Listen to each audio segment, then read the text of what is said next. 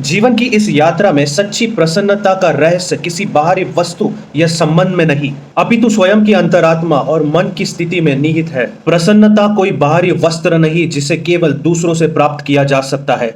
यह एक आंतरिक साधना है जिसे हम अपनी सोच और दृष्टिकोण से संवार सकते हैं। समाज में हमें अनेकों अपेक्षाओं और बंधनों से घेर लिया जाता है। संबंधों की जटिलताएं, कार्य की व्यस्तताएं और सामाजिक दबाव हमें केवल असंतोष और तनाव की ओर ले जाते हैं। लेकिन हमें यह समझना चाहिए कि इन सभी बातों के बावजूद हमारे खुशी का स्रोत केवल हमारे भीतर समाया है।